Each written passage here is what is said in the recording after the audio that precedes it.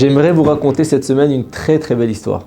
On est en 1989, le rideau de fer tombe après 70 ans au cours desquels le régime communiste a fermé les portes de l'Union soviétique à ces centaines de milliers de juifs. Ils sont restés derrière le rideau de fer totalement coupés de leurs frères et ont subi les décrets cruels d'un régime brutal qui faisait tout son possible pour les détacher de toute vie juive. Cette année-là, une délégation de 6 rabbins d'Israël, d'Europe et des États-Unis est invitée pour rencontrer les leaders russes au Kremlin, le siège du gouvernement russe. Après la rencontre, les rabbins sont autorisés à visiter 2 communautés juives situées dans 2 villes, Moscou et Leningrad, l'actuel Saint-Pétersbourg. Rav Israël Meir Lau, grand rabbin de Tel Aviv, qui deviendra ensuite grand rabbin d'Israël 4 ans plus tard, fait partie de la délégation. Et donc il nous en fait le récit suivant.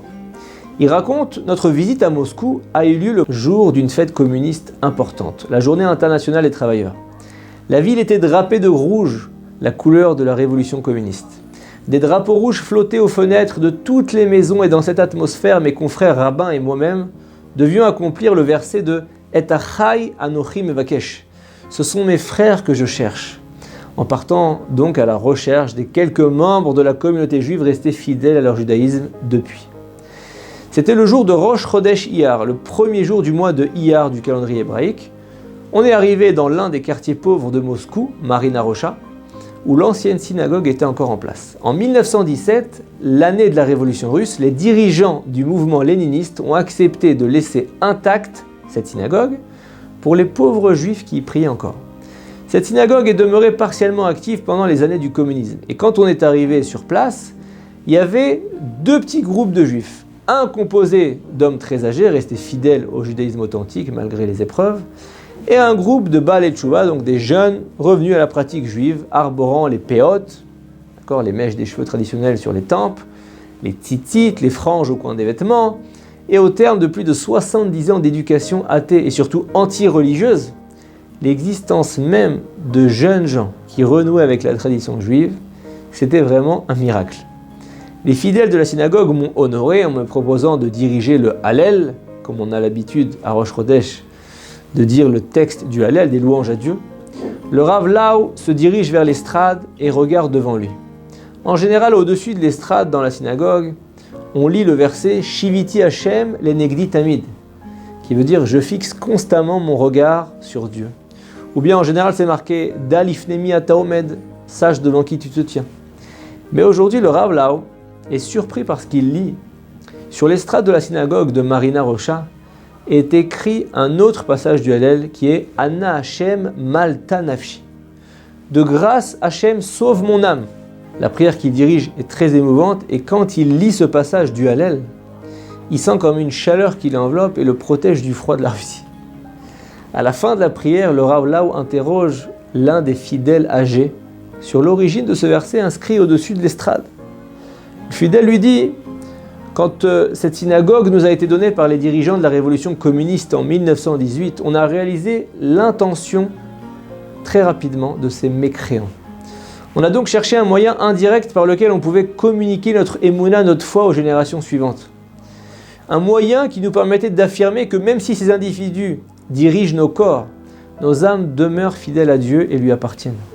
D'où le choix de ce verset qui nous rappelle que même lorsque nous éprouvons détresse et douleur, on peut toujours se tourner vers Hachem et lui dire « Anna Hachem, malta nafshi » malgré tout ce qui se passe en dehors de la Russie, malgré tout ce qui se passe chez nous.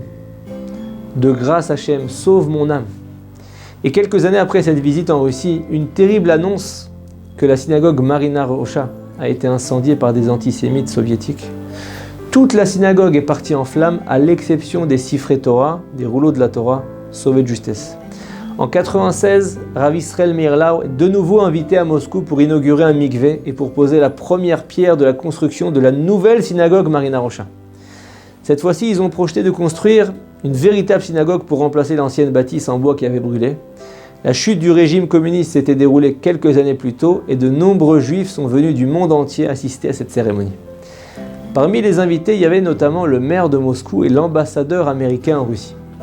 On demande au Rav Lau de prendre la parole. Avant de monter sur le podium, 3 dirigeants de la communauté s'approchent du grand rabbin et lui offrent un morceau de bois. Les dirigeants lui expliquent qu'en dehors des rouleaux de la Torah qui avaient échappé aux flammes, ce morceau de bois a également été sauvé.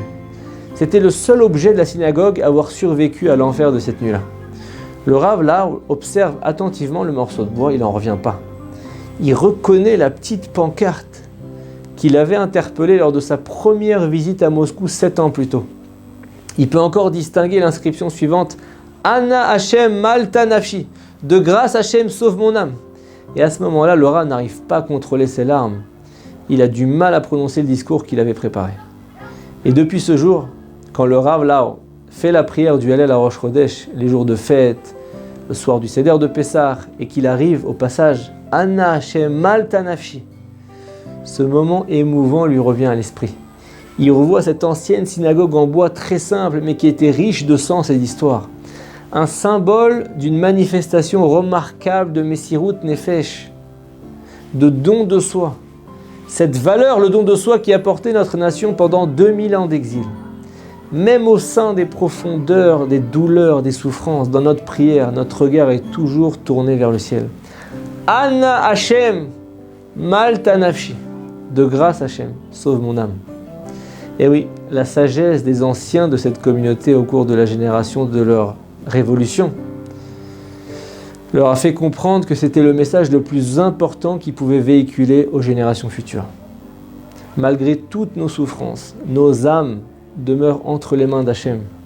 On contient Hachem dans nos âmes et on ne cessera jamais de lever les yeux au ciel jusqu'à ce qu'il nous sauve par sa miséricorde. Shabbat Shalom.